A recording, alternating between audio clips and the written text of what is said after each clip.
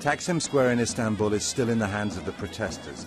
It's as if Trafalgar Square in London or Times Square in New York were occupied, with the police choosing to keep the peace by staying away. Gezi Park, close by, where the trouble started, is a political carnival. Dozens of groups joining in, feminists condemning what they say is the government's attack on women's rights. Around the corner, a pro-Kurdish MP making a speech.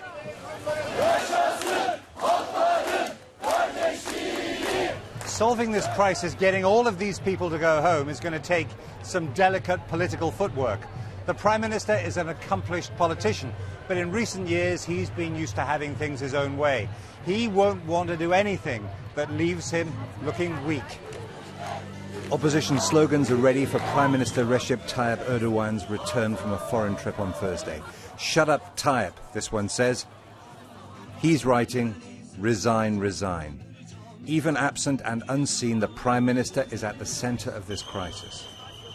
A senior government minister, Agaman Bash, said some protests were being exploited by terrorists and vandals. Others were legitimate. The political challenges are something that we welcome. We will have elections in 9 months' time, and we will listen to the voice of the electorate.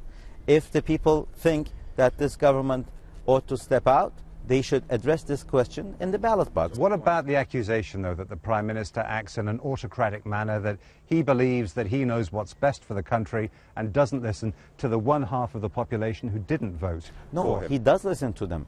He has That's not what they said to me. Well, maybe they should be reminded that he has said more than 50 times in the last 10 years that he is the Prime Minister of all of Turkey. The Deputy Prime Minister met representatives of the protesters who demanded the sacking of police chiefs in Istanbul and Ankara and other cities. In Taksim Square tonight, the crowds are bigger than ever. The country waits for the return of the Prime Minister. Where this crisis goes next depends on his response to the protesters' takeover of the centre of Turkey's biggest city. Jeremy Bowen, BBC News, Istanbul.